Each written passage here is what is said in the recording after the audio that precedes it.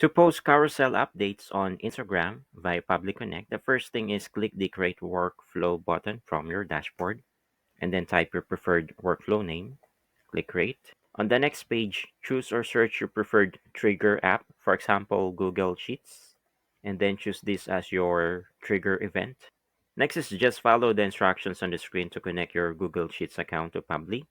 Then click the Add button, and then search Instagram, and then choose your preferred action event, for example, Publish Photo.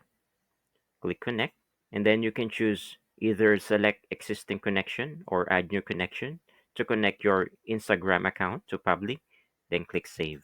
Once your Instagram account is connected, you can map the information, or you can just simply follow the instructions on the screen for you to post carousel updates on Instagram with this setup.